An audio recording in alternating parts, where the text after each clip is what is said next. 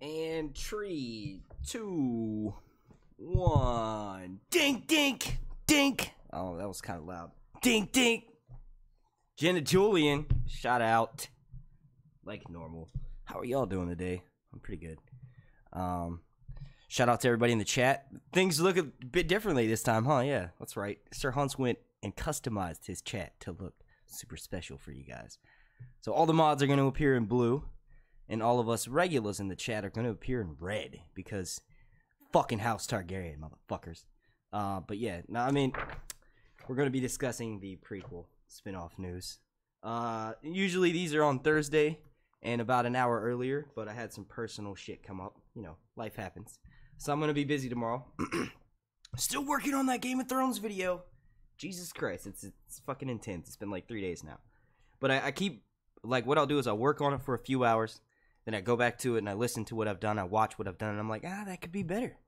Let me do this. And then it ends up, you know. Y'all know how that goes. How's everybody doing in the chat? Are you guys hanging? Let me put the... Shit. Put the mic where it should be. There we go. There we go. Can you guys hear me a little bit better now? Maybe we should do some ASMR. That shit is weird. Weird. Can you guys hear me? In the chat, if you can hear me, say hello. Still no sign of you. What you mean, Cindy Sammy? You're making me nervous.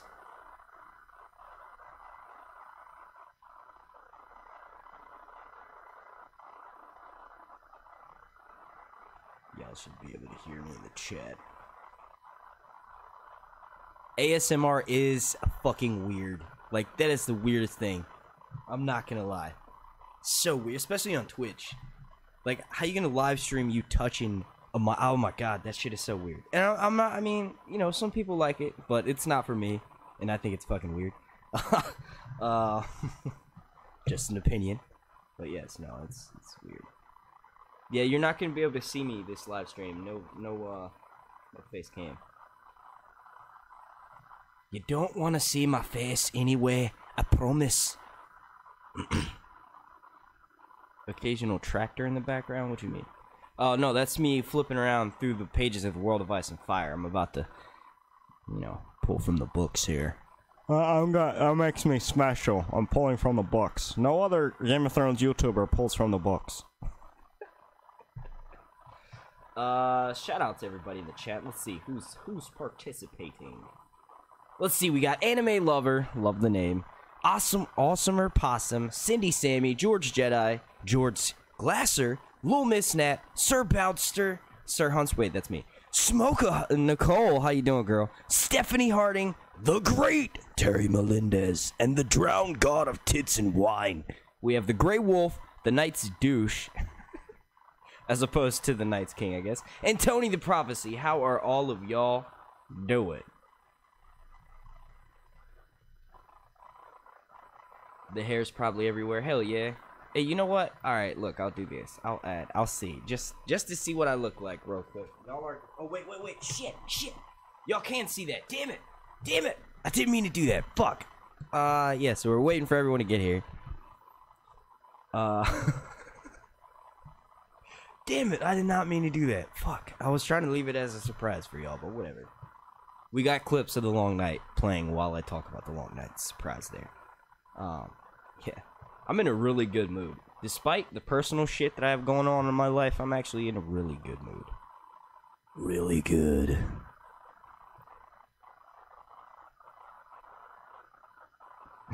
Worth joining just to hear you shout out yourself. Hell yeah. Shout out to Sir Hunt's Reviews. He's always here. Every single live stream. For the entirety of the live stream, he's always here. Always here. River Song is bae. Are you Irish by chance? Oh yeah, speaking of which, this was supposed to be a collaborative live stream, but I switched it up last minute and my co-hosts were unable to join me. But we will be doing that. I'm going to be having Phil the Issues Guy and Johnny the Irish Wadling, the potato farmer himself, on for a live stream coming up. Maybe we can get it done on Sunday. I don't know. We'll see. I need to talk to them. Like I said, I had it set for tomorrow for like a few days now, but I switched it up last second because of the shit that I have going on. It was not by any means their fault. It's my fault for, you know, switching it up. They had other stuff going on, obviously. I didn't realize this was live till I realized that you're waiting for people to join. Oh, yeah. Hell yeah, we live as a motherfucker. How come no one's commenting on how awesome my chat looks? I like, handpicked 2 different fonts. Like, you have a standard font for your name, and then next to it, it's like an italicized hand-drawing kind of thing. I thought it was cool. I thought it was awesome. So, you're not Irish, but that's a Doctor Who. Is that a Doctor Who reference, eh? I don't really watch not even really well. I've like never seen an episode of that show. I've seen clips of it, but I've never watched any amount of it. So how are you guys this Wednesday's going? It's Wednesday, my dudes. It's Wednesday, my dudes. That's like one of my favorite memes of all time. Don't worry, Mark, you still have us. Hell yeah, that's so sweet. Aw. But don't worry for y'all. Y'all still have me too. Is that in response to me saying personal stuff in my life? Yeah. It's not really that big of a deal, but, you know, it's enough to be way too distracting to take care of that and then this on the same day. So it's gonna be crazy. Shout out to Forrest Blurta. She was the first one up in here. By the way, sorry YouTube didn't notify you. Jesus Christ. It's not really a shocker there. And also, shout out to Rezax. I don't know if they're still here. They were the technical first person in the chat. I don't know. I didn't see them in the participants list, though, when I was doing the shout-outs. The Knight's Douche. That's such a funny name. Can't wait for the World Cup. Actually, you know what? I'm not even really a sports fan. I was going to say I'm not really a soccer fan or a football fan, but, you know, that's exciting. World Cup. There's this one guy, I think he plays for Spain. He looks very similar to me, or I guess I look very similar to him. It's fucking crazy. Oz of Thrones from Watched on the Wall retweeted something at me, and it was a meme of him, and I was like, holy shit, that guy looks just like my little brother. There's a weird sound in the background. Really?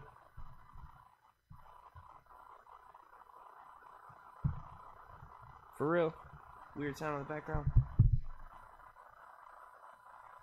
What does it sound like? Is it like a buzzing noise? Because if so, that might be my PC.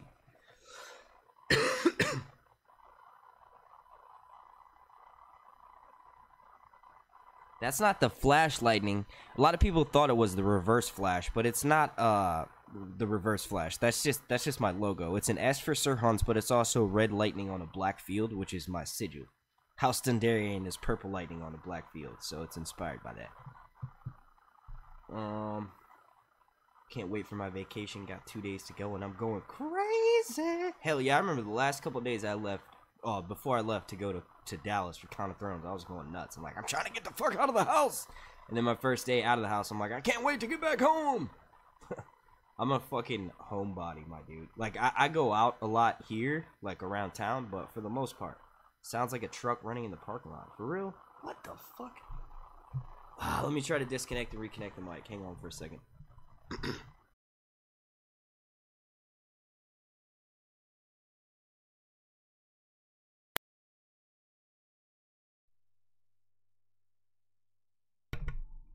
Does it still sound like a truck's running in the background? Sounds like a hamster going crazy on the wheel. I love the analogies. Keep them coming. Does it still sound like that, though? I just unplugged and replugged it. It shouldn't sound like that. Ah, that's so stupid. God damn it. Now I'm going to go listen to it myself and see. It's always something. It's always something.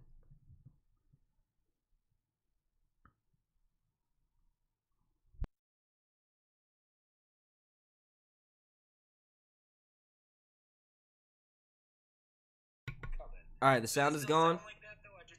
The sound is gone. Alright, cool. So we're going to be starting here in a little bit. What I'm doing right now is allowing people, since YouTube... I think YouTube doesn't send out notifications until I'm actually gone live. So maybe that's why. I'm not sure. But if you have on all notifications, it should notify you, theoretically. But yeah, we're gonna wait maybe 2 more minutes, and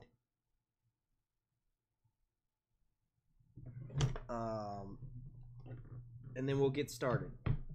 Johnny's having a live stream right now. Really?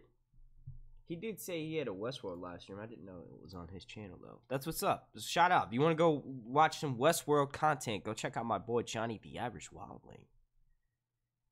I'll try to link that in the chat. Hang on 1 second. That's not even his channel anymore. I always forget. That's not his channel.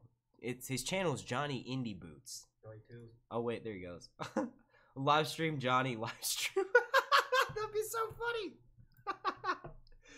Let's watch a live stream of Johnny live streaming. But yeah, go check him out if you want to watch the Westworld content.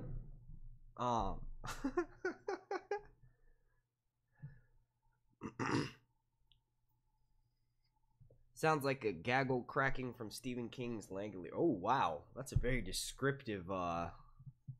Nice. I've never seen Westworld. Is it any good? Hell yeah, it's good. It's one of the best shows of all time, and it is a very competent replacement for Game of Thrones. I've actually seen a few people that are hardcore Game of Thrones fan that they think that this show already in season 2 has surpassed Game of Thrones. I do not think that, but you know, it's got a lot of potential. I think it's definitely my second favorite show on TV right now. You know what's sad? When we say this in a few, I guess a year, we can't say Game of Thrones is our favorite show on television anymore. Because it's not going to be on. That's so sad. So fucking sad. Luckily, you've got people like me to keep you entertained throughout this long night. Make sure you slap a like on this video. Make sure you're subscribed. Also, make sure you go ahead and follow me on Twitter and on Instagram. I always forget to shout out my social media, but I'm not doing that this time. Sorry, I'm rummaging through my shit. The sound isn't back. But we are going to be starting here, and I've actually gone over the 10-minute limit. Hang on, let me throw this in there. All right, we'll do this. All right. What's up, everyone? My name is Mark. Shit, hang on. What's up, everyone? My name is Mark, and we are here on Sir Hunt's Reviews, and we're going to be discussing the Long Night. What I'm going to do first is I'm going to read the description, the brief description of the Long Night from the World of Ice and Fire. Then we're going to discuss the actual news in regards to the prequel to Game of Thrones. I guess, you know, it's not even a prequel, it's a successor show, but what you see going on in the background is actual clips from an animated version of the Long Night that was narrated by G.R. Mormont. But yeah, you obviously can't hear that. Alright, so let me get in my reading voice. Hang on. This is my vocal exercise. You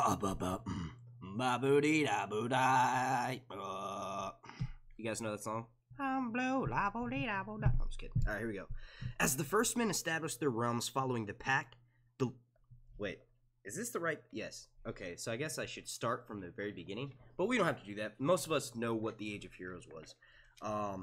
So, as the first men established their realms following the Pact of Ice and Fire, little troubled them about their own feuds and wars, or so the histories tell us. It is also, and here's one thing that I want to get cleared up.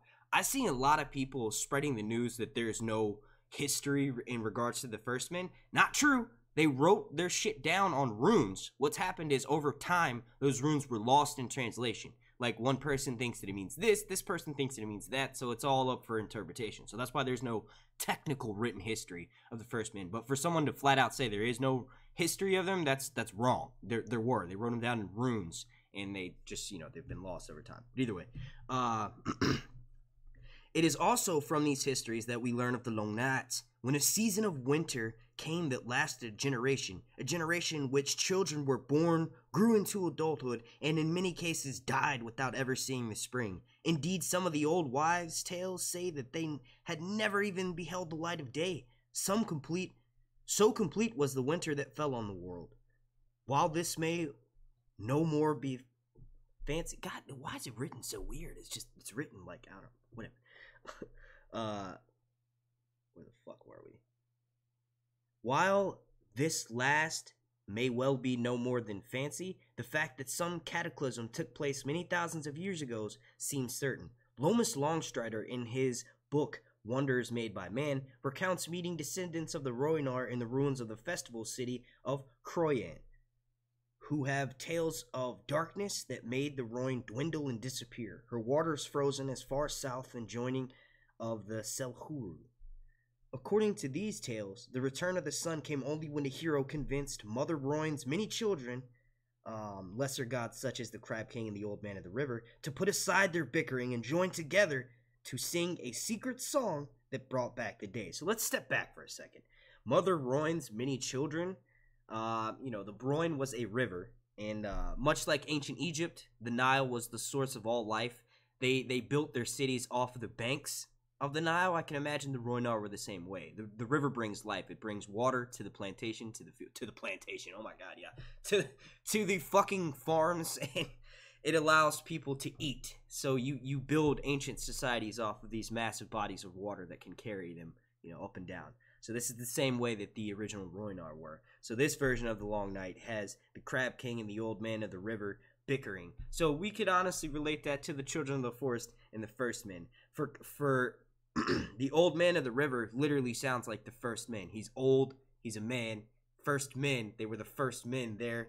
They've been around for a while. They're old. Okay, so anyway, it is also written in the annals of in a shy of such a darkness and a hero who fought against it with the red sword. His deeds are said to have been performed before the rise of Valyria, in the earliest age when Old Geese was first forming its empire. Now, let me make sure the audio's good, because I'm like getting lost in the world of Ice and Fire, and I want to make sure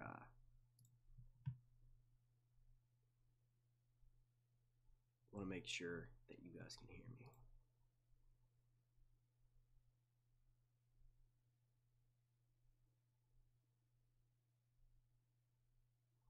Okay. Alright, so it looks like it's good. His deeds are said to have been performed before the rise of Old Valyria, in the earliest age when Old Geese was first forming its empire. The legend was spread west from Ashai, and the followers of R'hllor claimed that this hero was named Azor Ahai, and prophesy his return, like prophesized. In the Jade Compendium, Kolakul Voltar recounts a curious legend from Yi Ti, which states that the sun hid its face from the earth for a lifetime, ashamed at something none could discover, and that disaster was averted only by the deeds of a woman with a monkey's tail. Oh man, the Yi Ti legends are the shit. However, if this fell, I like that. I like how you place the words backwards. If this fell, winter did take place. As the tales say, the privation would have been terrible to behold. During the hardest winters, it is customary for the oldest and most infirm amongst the Northmen to claim that they are going out hunting, knowing full well they will never return, and thus leaving a little more food for those likelier to survive. So basically, the old sacrifice their young, and the old sacrifice their young. No. The old sacrifices themselves to protect the young. Yet there are other tales, harder to credit and yet more central to the old histories, about creatures known as the Others. According to these tales, they came from the frozen lands of always winter, bringing the cold and darkness with them as they sought to extinguish all light and warmth. The tales go on to say that they rode monstrous ice spiders, and horses of the dead were resurrected to serve them, just as they resurrected dead men to fight on their behalf.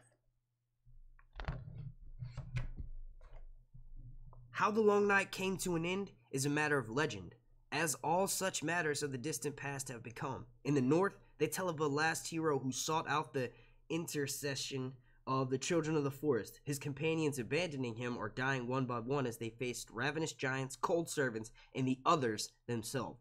Alone, he finally reached the children, despite the efforts of the White Walkers, and all the tales agree this was the turning point. Thanks to the children, the first men of the Night's Watch banded together and were able to fight and win Baku for the dawn, the last battle that broke the endless winter and sent the Others fleeing like some little bitches to the icy north. Now 6,000 years later, the wall made to defend the realms of men is still manned by the sworn brothers, the Brothers in Black, the Night's Watch, and neither the Others nor the children have been seen in many centuries. Well, that's a lie. We've had several battles with them.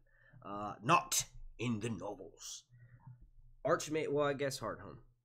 Archmaester. Okay, no, that's just the notes. And then we're going into the Rise of Valyria, but we're focusing on the Long Nights.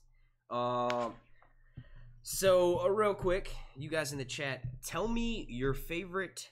What? Okay, not your favorite. What are you most excited to see here? Let me close this. Pull the mic closer to my face. What are you guys most excited to see about this Successor show?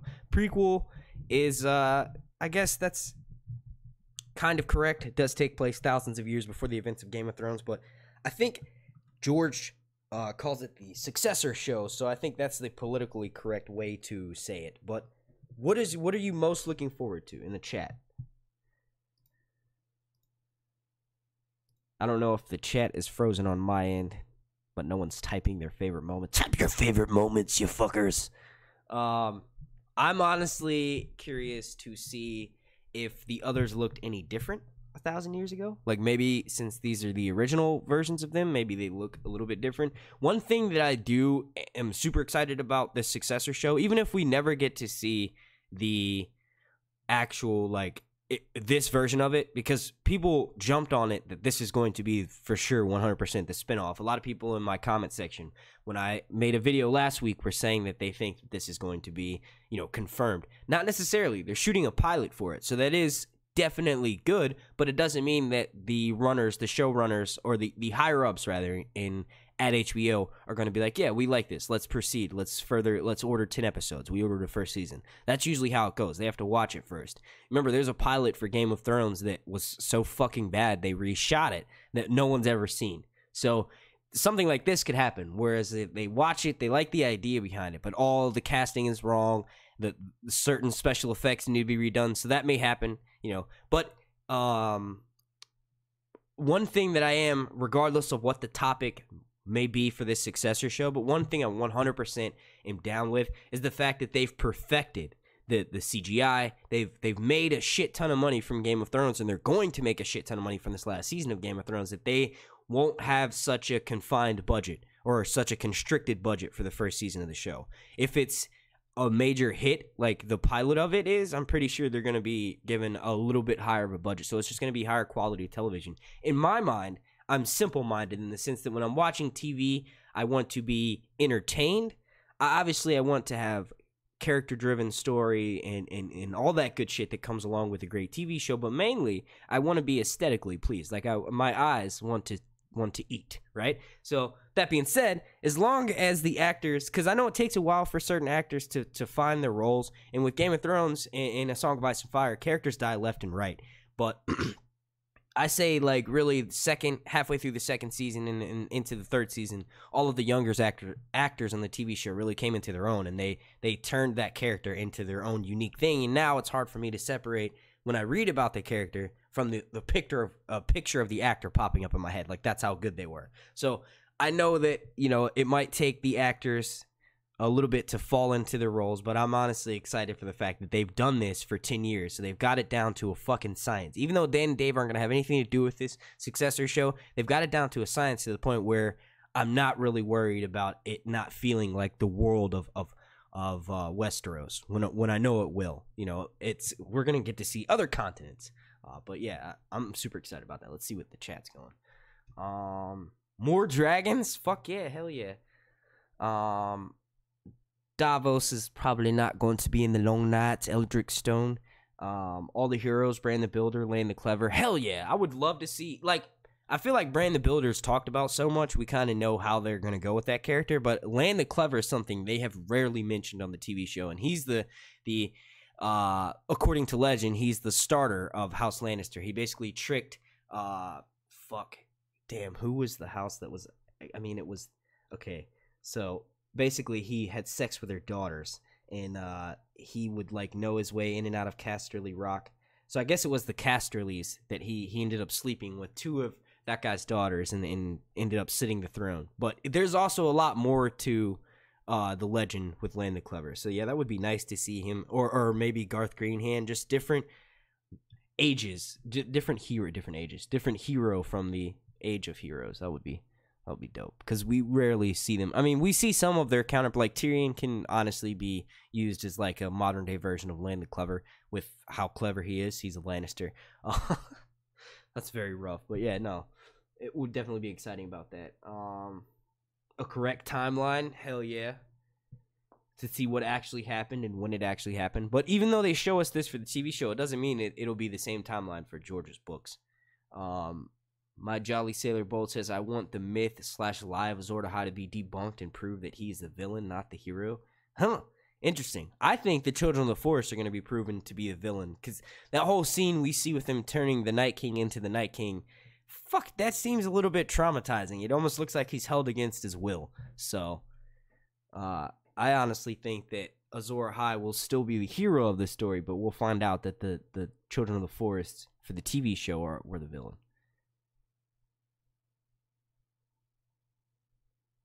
How the others / White Walkers may look like, or their origins. Yeah, hell yeah, I agree with that too. I think they'll look a little bit different because this is thousands of years before that. And what their true origins are. Because according to that description, which we're going to go to here in a bit, the actual news regarding the Successor show, but according to that, you know, they are kind of twisting words around a little bit, and you read it and you're like, that's not how I heard this story interpreted. So it's, you know, it's kind of interesting.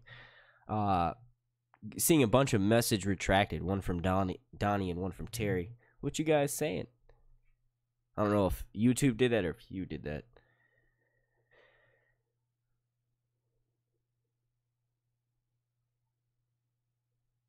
Is it possible that we see giants building the walls with the children and chanting? Fuck yeah. Hell yeah. There are magical runes that are carved into the foundation of the wall. The wall's foundation is made out of weirwood trees. So 100%. You know, you can't have a structure that massive and not have it secretly have been helped build by giants. Just like the pyramids were helped build by fucking aliens, man. No, I'm just kidding. Pyramids in Egypt are thousands of years older than what we actually think they are. And the Egyptians may not have even built them. And a lot of people, not a lot of people, but there's a popular theory that the, what is it? I guess the Sphinx is a lot older because of water erosion, but more so the pyramids behind it, they initially thought they were all built around the same time as 2500 BC. And come to find out, there's like some sort of seismic evidence. This is a geologist, I forget his fucking name, but he thinks that there's actually a structure that exists way older than the pyramids of Giza underneath them, and the Egyptians built on top of that. Like, they didn't even touch the Sphinx, and the pyramids that you see, the pyramids of Giza, the ones that always have the best pictures taken of them because they're the most complete pyramids, they're actually built on top of an older structure, and the Egyptians sort of just claim that. But yeah, I don't know. Cool shit. I think the wildlings were prisoners. Nice. That's definitely, you know, we get to see some truth to it. I want to find out how the three-eyed raven came to be and who was the first three-eyed raven. Hell yeah, that would be a good one too. The Bloodstone Emperor over in Yi. Hopefully we get to visit that part of the world. That's one thing that would be a damn shame to not do, is to visit more outside of Westeros. Like, yeah, we get to go across the Narrow Sea very briefly, and honestly, in the novels, when you read about them, they sound insanely different from Westeros. For the most part, when we watch them on the TV show, they look like exotic parts of Westeros. There's like, it's a totally different, it'd be like going to ancient China and then going to like ancient Britain or something. There's such a crazy distinction in between those worlds. Like, they look nothing the same. The architecture, everything about that's different, and you can sort of get more of that vibe from reading about it. But honestly, when I read about something, my imagination is so vivid. I think I picture like something totally different than what most people picture, even though we're reading the same thing. So whatever. It would be interesting to see the North before it became the land always frozen. Also some of the other cities, what they were actually like. Sothrios. Hell yeah, that would be dope. Yeah, it would just be a waste to not spend this time, you know, further developing the world. Because if they want to do more than one spinoff, it'd be nice, or one successor show rather, it'd be nice to get to explore more of the world. Like, this show should be all about world building. Not to the point where they skip around too much where you can't keep track of what the fuck is going on screen, but just world building in that sense. Like, some of the greater mysteries that a lot of the people who read the novels and all of the side books, like The World of Ice and Fire, it'd be nice to, you know, sort of, I guess the right word would be envelop, or I guess develop more of those. Yeah, the oily black stone, that's definitely one of the, oh shit, That's definitely one of the more popular mysteries. They definitely have to touch on that. Sea stone chair. Who sent that one dream to Daenerys the Dreamer? Maybe no one sent it to her. Maybe that's just her ability. Like, you know how the Starks have the ability to warg because they are the children of ice. The children of fire have the ability to ride dragons, but they also have dreams. Daenerys has a lot of dreams. In the books, I think Daenerys is having her dreams sent to her. But it shows historically that, you know, Targaryens have the ability to get dragon dreams. I don't know if someone was sending it to Daenerys. She just might have had it. And that's why they, you know, Aegon's family went up and moved to Dragonstone. But I don't know if anyone was sending her those dreams. I think she might have just had that ability naturally. And it's interesting, a lot of the god kings of Egypt kept their shit in their family because they thought they were descended from the actual gods. So the only way to keep their blood pure is by interbreeding and mixing. This is very similar to what the Targaryens do. You know, they want to keep their genes pure. That's why they take sister wives. There's so many similarities, and I'm stopping myself right there because I have a video coming up on the similarities between the Anunnaki and the Targaryens. Obviously, there's going to be some Egypt references hella mixed into that video. That's why it's taken so long. It's like 36 fucking minutes. It's probably one of the longest videos I've done where it's not a podcast of me and someone else talking for like 40 minutes. You know what I mean? I think my the longest actual video I've done to this date was my episode 7 review from last season, and that was like 26 minutes or some crazy shit. Took me forever to make that video. This one's 10 minutes longer. It's gonna be fucking amazing. Can't wait. There's so many similarities between the Anunnaki and what happened when they first landed. And yeah, I can't wait. I want to see some Great Empire of the Dawn since I don't read the books. Not good with the letters, you see. Yeah, me neither, man. When I try to read out, when I read in my head, it's smooth like butter, but when I read out loud, it sounds like I'm illiterate. Yeah, it's crazy. I don't know. It's just how it is.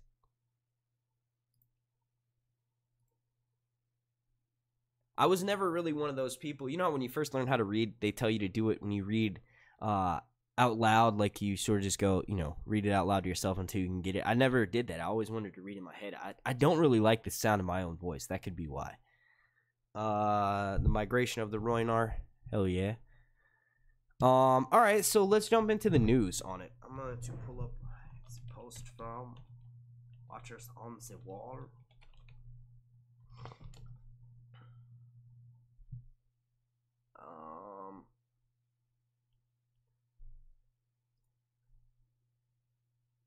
Okay, so there's actually been an update to the story also. Nice.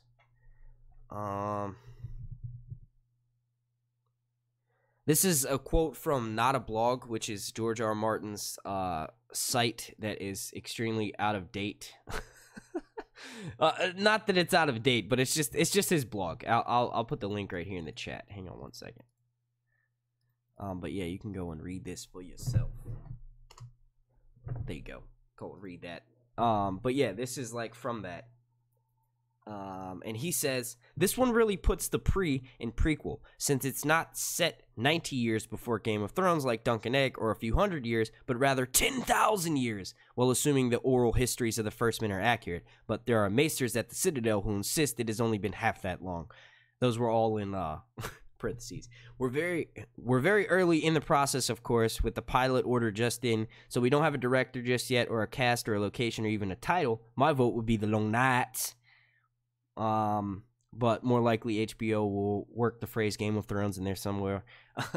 I feel like they have to, just for, because, okay, and this is what George said himself, but I feel like they have to, just for the average show watcher, not, like, you hear about The Long Night on this show, but really, I think, or maybe not Game of Thrones, maybe like Winter's Coming or something, I don't know, just some sort of phrase that was uttered frequently during Game of Thrones, because the average show watcher, someone who does not read the books, who doesn't even go on YouTube and watch fucking videos on it, they're not going to know. They're going to be like, The Long Night, and it's coming out so long for now, so I understand that. From a money standpoint, from trying to reach the most mass audience you can, you got to incorporate Thrones in there somehow, but Maybe it could be Game of the Long Night or the Game for the Long Night. I don't know. Something like that.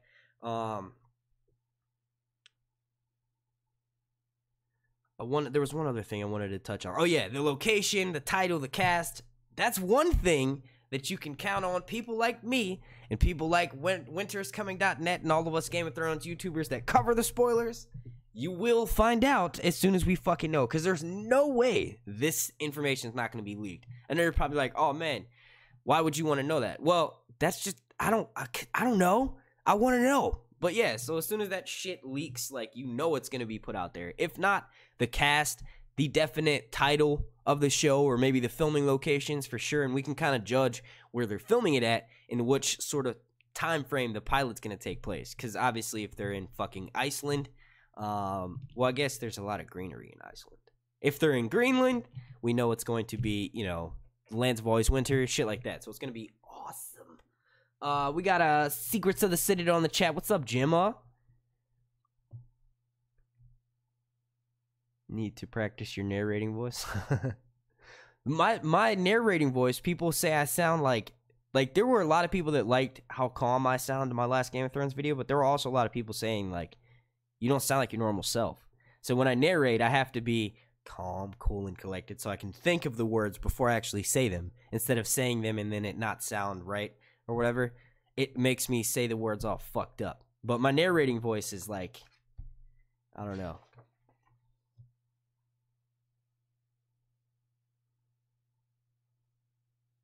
Gonna call it Game of Thrones The Long Night. That would, oh my god. That would be a bad one. It's too long. I don't know. I don't like that one. Game of Thrones The Long Night. I guess it kind of fucking works. It's what it is.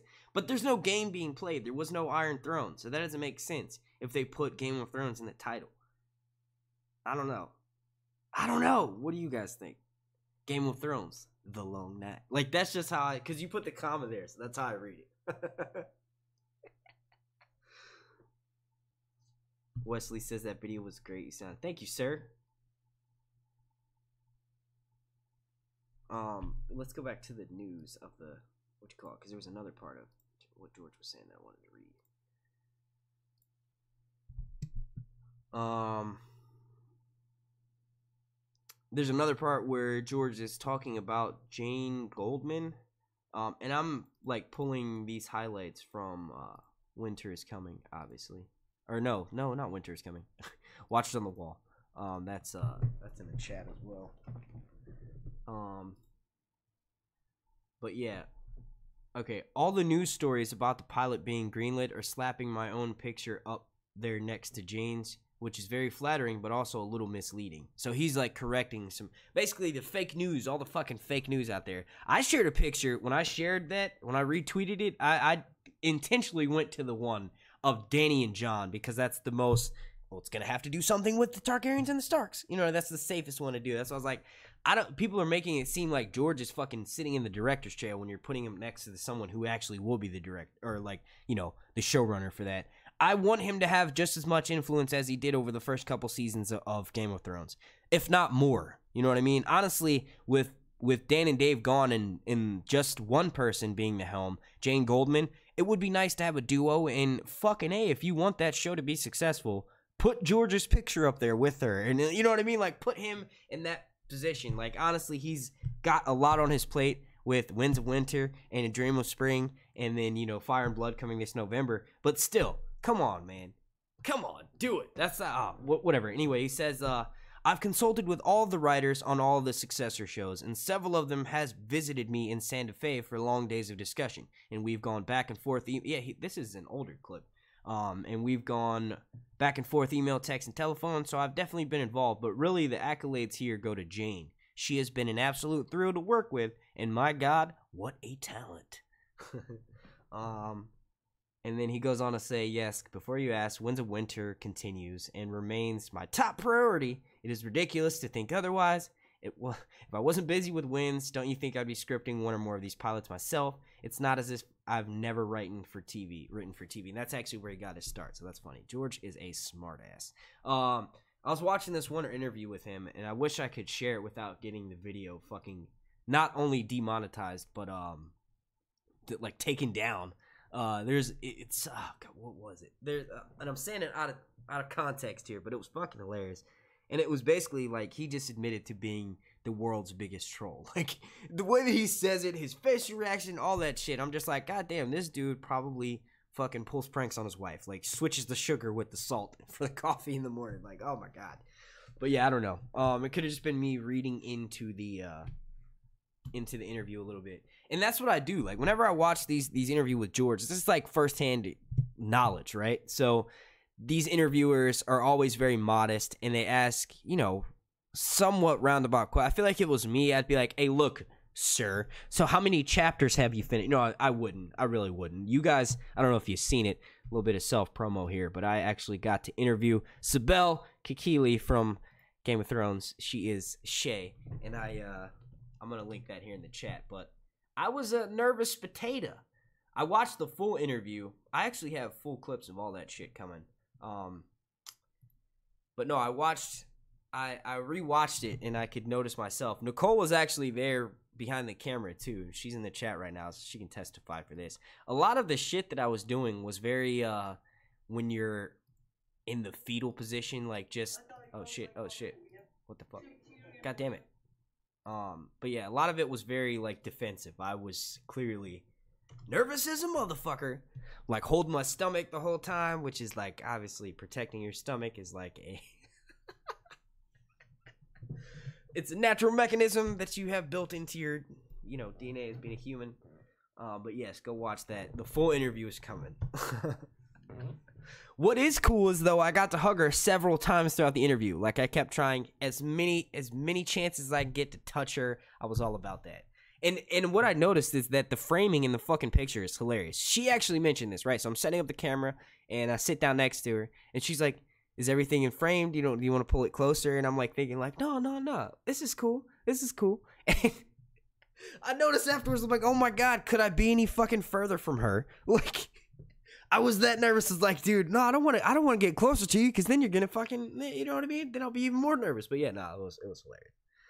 And it was funny because like I'm talking all this shit. I'm like, yeah, I'm gonna ask her what's her favorite scene, not including Game of Thrones. Like, what's your favorite scene from the porn movies you did? But I didn't even fucking mention that. I didn't even think about that. Like, obviously I knew she had done that when she was younger, but I was like, I wasn't thinking about that. I was thinking like, oh my God, I'm sitting in front of Shay. How fucking insane of a journey this has been for me. I literally started my channel. I was obsessed with this show. It's grown to the point within 2 years that I'm interviewing a fucking actress from the TV show. That was what my mind was blowing that entire time. I'm like, oh my God.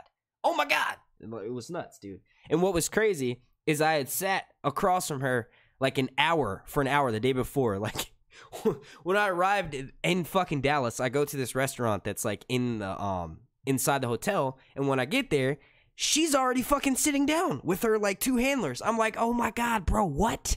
I wanted to move my table, but then I'm like, nah, let me be cool. I'm like, I don't know if she's looked to see who she has interviews with tomorrow, but I'm one of those people. I didn't get up and go say nothing to her. I was oh my God, that shit was nuts. It was crazy. But yeah, I'm an awkward person, especially in front of celebrities, dude. Man, I get what's it called?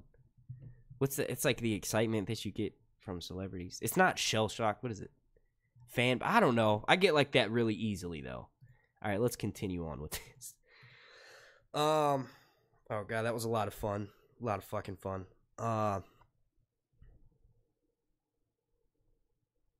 And then this last little bit from the Watch on the Wall article highlights the moment from George's Not a Blog where he talks about the other successor shows and refers to them saying that, you know, they kind of put on the back burner. But he says, you know that we've started with 4 shows and eventually went to 5. One of those has been shelved, and I'm given to understand, and of course, Jane's pilot is now moving to film. But that does not mean the others are dead. 3 more Game of Thrones prequels set in different periods and featuring different characters and storylines remain in active development. Every time I am told indicates that we could film at least 1 more pilot, or maybe more than 1 in the years to come. We do have an entire world and tens of thousands of years of history to play with after all, but this is television, so nothing is certain. And that's what kind of makes me sad. Just that line, like, we have thousands of years and all this history to play with, but this is television. Like, you have to, he keeps trying to remind you, don't get your fucking hopes up to think that you're going to see every single detail unmasked from the TV show. No. Ideally, with these other, and it would kind of be sad, everyone's getting their hopes up for this, the long night journey. It would be extremely sad to find out that we're not even going to get to see it, and then, for whatever reason, they decide to not go the route with this being the set time period. There's only select time periods that are interesting enough to develop a TV show that George already has written enough information for.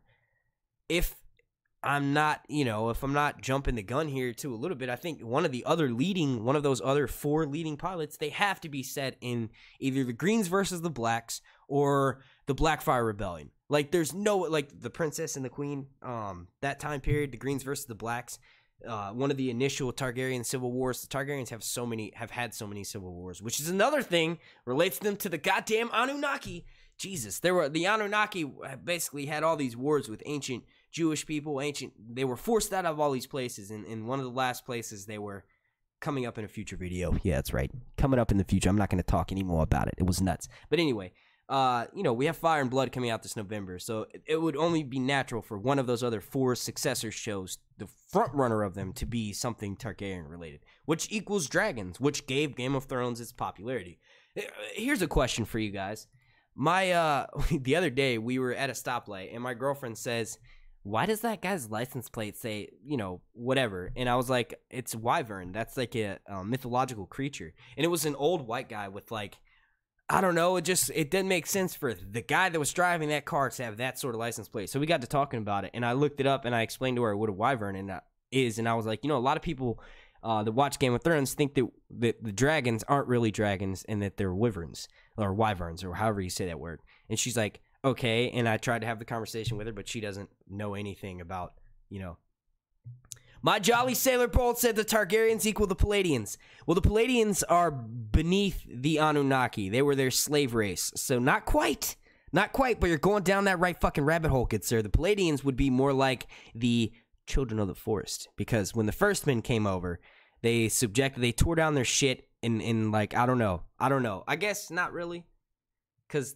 supposedly the Pelagians were brought with the Anunnaki to be their slave race. So if anything, you could say that, everyone who bent the knee to the Starks, or to the Targaryens, were the Pelagians. And then when you had, like, the Robert's Rebellion, they would be the Pelagians versus the Targaryens. So you could say the Pelagians versus the Anunnaki would be like that. So everyone versus all hail Inky. Fuck yeah. Are you guys just looking up information right now? Like, come on, man. King Inky was like the human king. He was the one that felt sympathy for them. Oh, man. And you know what? I'm going to be honest. There's a lot of random shit in this video. And that's what's making it so long and so hard for me to finally wrap it up and put it out there for y'all. Is I don't want to have contradicting information. So what it is like, I did half the video. I started doing research for the next part and ended up going down this rabbit hole that I saw conflicting information where people were translated these ancient Sumerian tablets differently than other places. So it's like I have to take that into account if I want to make the greatest picture of all time. Jesus, such a good history. I love ancient Sumerian.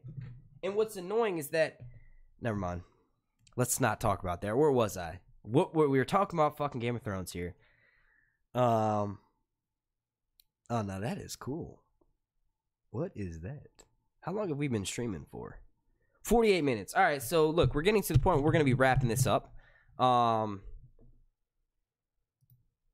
I think I've pretty much covered everything. I said way more on topic and way more focused than the last live stream.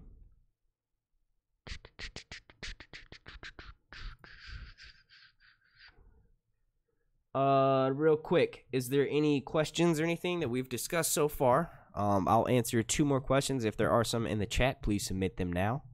While I still have you here, please go to Twitter and follow me at Sir_Hunts. I'm going to link that in the chat. Twitter's the best way to get in touch with me, whether you want to DM or anything like that. I see that there were some people that were sending me messages on YouTube. I don't ever get those. YouTube not only doesn't notify you guys when I drop a video, they also don't notify me when I have fucking messages or anything like that. So the best way to get in touch with me is right here. Just go and follow me. If you don't do social media, you don't have an account, just make one. Just follow all of us Game of Thrones YouTubers. It's the best way. I can't speak for them, but Twitter is one of the best ways to get in touch with me. Every time I get a DM or anything like that, it goes straight to my phone. I have notifications on for that. It works every single time. Man, I'd be so sad if they don't greenlit this show. I feel the Age of Heroes, the Dawn Empire, and the Long Night have the most secrets, and if we wait for a book, we'll all be dead. Hell yeah. That's so true. Oh, man. Someone was messaging me on Twitter, because I promoted my Twitter in my last Westworld video, which got a decent amount of views. So I got a bunch of new followers, but someone was messaging me and telling me that I completely forgot what the fuck what was I about to say? Something in that message reminded me of that. Oh yeah, basically that what if George were to die? Like, I got into this philosophical debate with this person, but they were saying if George were to die before the books were finished, what would happen? And like, what would we all do if that were the case? I feel like he's got enough information already down, whereas like his editors would most likely finish the book. I don't think it would be like a J.R.R. Tolkien thing where the Silmarillion, which came out many years after J.R.R. Tolkien had died and it was filled in by his son. I don't think that something like that would happen with George. First of all, I don't think he has a son. But second of all, I think he's got enough information written down. That's one of the things that J.R.R. Tolkien was like his fucking one of his favorite writers of all time. One of his biggest influence, but he also realizes his flaws. I think that's the problem with a lot of the people we look up to. Is like you just look up to them, you don't really think anything other than you love them and they're fucking amazing and you want to be just like them, but they also have flaws because we're all human, we're all just people. So that's one thing that George brings up a lot when he talks about J.R.R. Tolkien is how much he loves his work, but also how many flaws he had. Whereas like George, you know, this famous interview, I'm sure all of you guys watching have seen it, but basically he says, you know, I loved Tolkien, but he would write, for instance, stuff like, and then Aragorn ruled to be king for many, many years. They lived happily ever after. And then George says, well, I want to know, what was his policy towards the orcs? Did he go around and slaughter tens of thousands of orcs who had technically, they weren't evil because Sauron was dead, but what was his policy towards them? So that one fucking quote lets you know how much more and in depth in this world that he has. So I would not be surprised if he, you know, had enough information for the two books to be finished, and we honestly wouldn't know the difference thinking that he wrote them. No, don't go that. Don't say that. Knock on wood. Hell, no. See, yeah. I wasn't saying that. This person was saying like, what if? Because we were talking about how annoying it is to have to wait in between. Like, not only is it an annoying wait till season 8, but imagine, you know, how much longer we'd have to wait for Winds of Winter after season 8. Like, who knows when the fuck we're gonna be able to get that? So that's what they were saying. And I mean, what is it? He's like late 60s. It's not like he's like fucking knocking on death's door. People are living to be 118 nowadays. Anything that George R. R. Martin expands the history of Westeros is going to be welcome. Hell yeah, Terry. My boy Terry, I cannot give you enough shout-outs.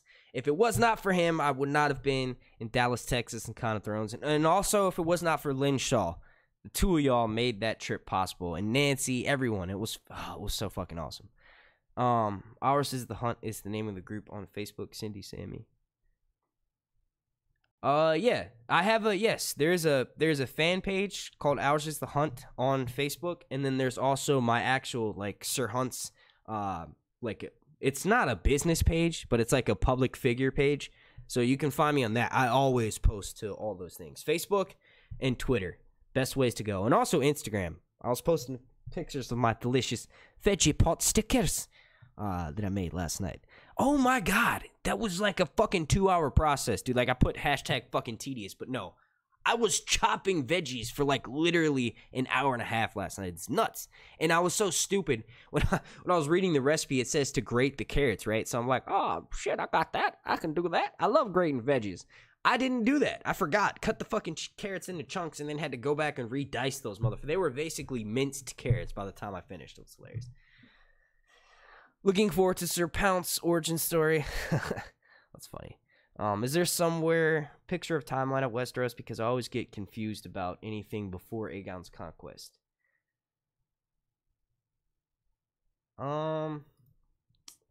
I can do this. I don't know of any particular link. I mean, I know I've done videos on the Age of Heroes. But here, let me do this. Put this. I'll drop this chat in the link. This is a link to Amazon to get the World of Ice and Fire. I was able to pick up a hard copy for $30.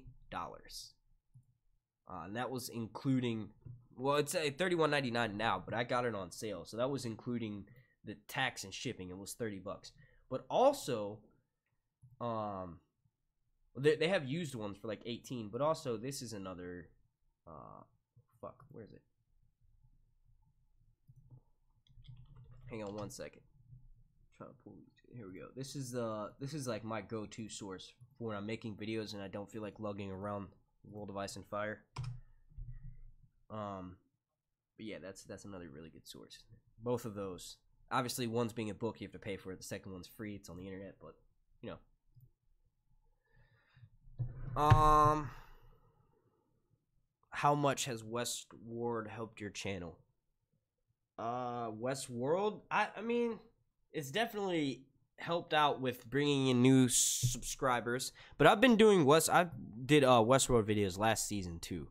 Yeah, it's good to reach a new audience. I don't really understand the question. What do you mean, how's it helped my channel? Like when I do a video on it, it gets views, if that's what you mean. Yeah, for sure. Do I like Witcher? I've never played that game. I've watched people play it. I watch people on Twitch play it. Speaking of which, I was thinking about this. Dude, I got ripped off. I paid $49 for mine. Hell, that's how much they are in the store. I went to Target and they were like fucking $45, and then I went to not Brookstone. What is that shit? Not Books A Million. Barnes and Noble, and they were like $50 there. I was like, fuck that. I went on Amazon and ordered that shit. Yeah. 40. I mean, I guess it is a ripoff in the sense because you can get it for cheaper. But $50 for this beautiful hard-covered, beautifully bound illustrated thing, that's a good deal because it's a massive book. There's so many pages. Most of the illustrations are in color, and it took Elio and Linda a long time to help George make this book. So yeah. But like I said, it is a ripoff in the sense that you can get it for cheaper somewhere. But yeah, no, what I was saying about Twitch. No, I've never played The Witcher. But I have watched people play it on Twitch. Yeah, that's what I was about to say. I was thinking about it. I do spend a lot of my time on Twitch, and Twitch has a way bigger online like streaming community. I just wonder how it would translate if I were to do a live stream specifically just on Twitch, because there's IRL, right? So that's the tag for like you can do anything. You can literally do anything on IRL. There's this one person. I mean, whatever. But like, I wonder how that would work if I were to stream this basically just on Twitch, because there's more of a everyone who gets on Twitch is all about live streams. So I just wonder how this would work on there. Dope ass game. Yeah, nah, it looks a lot of fun. I've to be honest, if I play a game, I've been mainly playing Grand Theft Auto Online. Not the story mode. Grand Theft Auto 5, I guess. Bummer.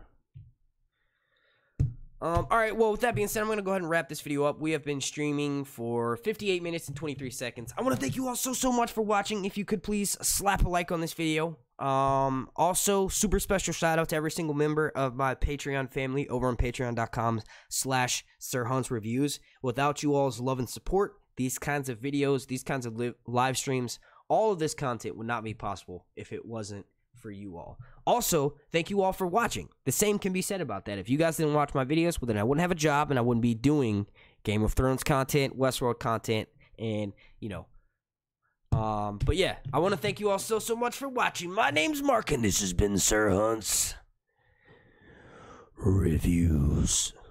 Red Dead Redemption 2. Hell yeah, I'm excited.